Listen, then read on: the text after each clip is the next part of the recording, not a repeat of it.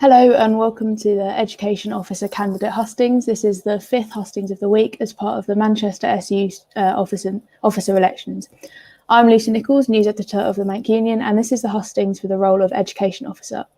So far this week, you've heard from student candidates for the roles of General Secretary, International Officer, Women's Officer, and Liberation and Access Officer. You can watch these back on the Mancunian's Facebook and the SU's Facebook and YouTube channels. Joining me today are the two candidates for the Education Officer position, Usman Nasir and Miguel Gonzalez Valez Tejero. These candidates will be answering 4 questions today submitted by the student body, but you can read their full manifestos on the SU website. The Education Officer leads on academic matters with the university, championing student voice and feedback on everything related to teaching and learning. As well as this, they work with over 1,000 student reps to drive real changes to the way the students learn at the university. To begin, each candidate will have 2 minutes to give an introductory speech about themselves and their manifestos.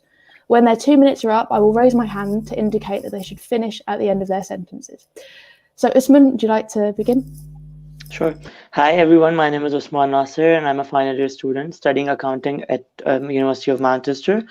So basically, I'm an international student. I'm from Pakistan. And when I came here in my first year, I was a bit overwhelmed with the entire experience and the transition procedure. So I decided to run for the position of the student representative on my course, which basically motivated me to, help student body around me and to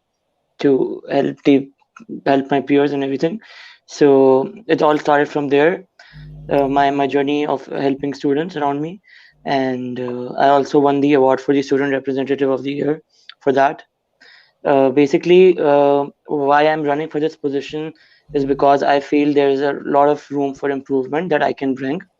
And the key highlights and the key points for my manifesto are basically, number one is strengthening learning support, in which I am planning to introduce a teacher assistance scheme, which will provide supplementary support to students that might be struggling with the learning at the moment.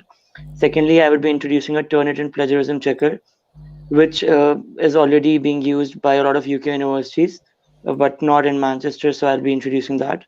Thirdly, I will also be bringing solved past papers for the students.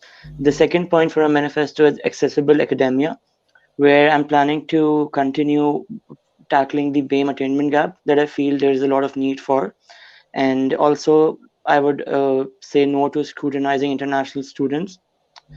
And also, I would also assure that the current self-mitigating circumstances policy that have been introduced by the University of Manchester for the COVID times is made permanent, even when the COVID is over and this is all settled down. Lastly, the point for manifesto. Sorry about that. Okay, thank you. Yeah. Sorry to cut you off there, but that was wonderful. Thank you so much. And Miguel, would you like to begin your 2 minutes? Okay, so hi everyone, I'm Miguel, I'm a second year biomed, and as Usman, I have experience as a student and e-learning rep, and I want to be your next education officer. My main objective is to make sure that students are represented at every stage of the decision-making process for their learning across the university. The COVID pandemic has been a catalyst for change in the university, and as such, it has resulted in many new policies and delivery methods. It has also highlighted a lot of pre-existing problems in the university regarding accessible learning.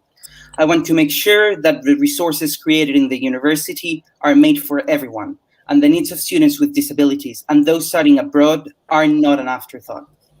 As an education officer, I want to make sure that the positive and helpful changes, such as open book exams and the self-mitigating circumstances, are carried on, consolidated, and improved, and that those that did not work are addressed and fixed, and new ones that we can come up with are developed.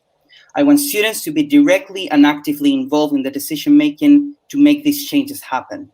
And I don't want them to just receive a survey at the end of the year asking them if the changes work for them or if there's anything that the university can do for them. I want them to co-create, and I want co-creation between students and staff. Overall, I want a minimum standard for the learning resources created in the university. Diversity is a strength of the university, and there's very different resources being created, but we must establish a baseline for quality standards. Above all, I want that the changes that we build together be long-lasting and impactful for present, future students. Thank you. Thank you. That was wonderfully within time. It's now time for some questions which have been submitted by the student body. Each candidate will have 30 seconds to answer, after which I will raise my hand again to indicate that it's time to wrap up. And if you keep going, I'll probably have to interrupt you. So sorry if I have to do that. So the first question is, students at UK universities have faced huge disruptions in recent years because of lecturer strikes and the pandemic. Because of this, a lot of students have expressed concerns that they aren't getting value for money or achieving their learning outcomes. What are your thoughts on this? And we'll go to Miguel first. I mean, that's definitely a concern for all students, for me included. As a biomed student, labs are very important for me, and due to the pandemic and strikes, I've missed on a lot of them and other content. I think a very interesting way to deal with this would be trying to implement new learning resources. There's some tools, for example, for labs or for technical skills that are online and can be used. Sorry. That's all right. Perfect. Thank you. Usman? So personally, being a final year student and being active within the student body, I personally feel that there have been a lot of uncertainty due to the pandemic, and there have been a lot of lack of communication from the university side, which has created a lot of confusion among the student body. So being an international student, I personally feel I have made some decisions, and my peers have also made some decisions that they kind of regret now because of the miscommunications that have been done from the university. So I think, sorry about that. You keep apologising with you. So the second question. In your opinion, what are the main pros and cons of the university's 5-point assessment pledge? And we're going to go to Usman first. Sorry, can you repeat that, please? In your opinion, what are the main pros and cons of the university's 5-point assessment pledge? Okay, so I think the main so the main pros and cons for the university's 5-point assessment pledge would be that sorry, can I take a break, please? Mm-hmm. We could go to Miguel next, and then we can come back to Usman afterwards, if that's okay. Okay, we'll come to Miguel next. Miguel? Okay, so I think probably the strongest point is the self-mitigated circumstances, which is something that we need to have keep going after this year is over, because in many cases people cannot access a doctor or any other way to prove those mitigating circumstances, as well as the automatic extension, which will help a lot with deadline bunching, which is a big problem for students in the university. Okay, thank you. Usman, are you right to come back? Yeah, sure. So basically, this is one of my manifesto points as well, that, the self-mitigating circumstances policy, it should be extended beyond the COVID times, because I personally feel there's a lot of need for that, because there's like a lot going on being a student. There's not one thing you're focusing on. There's a lot of things you have to take care of. So I think there's like a lot of need for the self-mitigating circumstance policy to be made permanent. Yeah. Perfect, thank you. Okay, so question 3. Aside from the impact of the pandemic on studies, what are some of the major ways that you feel the university could improve academic diversity, inclusion, and accessibility? So we'll go to Miguel first. I mean, definitely targeting the problems that disability students face, but overall for all students, the decolonization of the resources in the university is a very important thing that has been already started, and I would want to build on that, collaborating with whoever gets chosen as the liberation officer on new ways to improve those resources and make them more diverse. And that's it. Perfect, thank you. Usman, are you ready to come in? Yeah, so I think there is like a need for the international representation. There should be, more faces, international faces in the SU and in the university in general.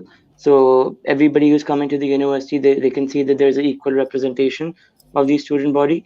And secondly, I think there's like a bit unnecessary scrutinizing of international students. So that's something that they should work on. And apart from that, I personally feel that apart from the pandemic, sorry, yeah, Thank you. almost done. Okay, Yeah, thank you. last question, question 4. Okay, students have raised concerns that they are unsure how to make their voices heard when bringing up issues to the university. What ideas do you have for increasing engagement and effective dialogue in processes such as student reps and course feedback? So we'll go to Usman first. Yeah, so I think being a student rep, I personally experience this as well.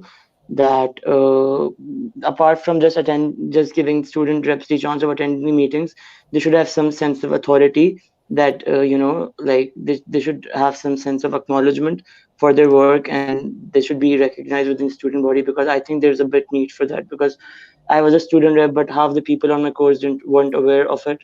So I think there should be better communication with that. That's perfect in time. Yeah. Miguel, would you like to come in? So yeah, I couldn't agree more about this question. I think there is a big problem with the training to student reps. Student reps are not ready for a lot of the things they have to do, and they don't have the power or the authority to do much in general. And also, sorry, I got lost there. But also, I think it's very important to have clear ways of communicating with student reps and also with the general student population, because student reps are not the only way that the staff can communicate with students. There's focus groups and other means. Oh, perfect. Okay. Well, thank you all for taking part today. You can find the full manifestos for the education officer candidates at manchesterstudentsunion.com/elections. Voting opens at 10 a.m. on Monday, the 8th of March, and don't miss the chance to have your say. Thank you. Thank you. Thank you. Goodbye.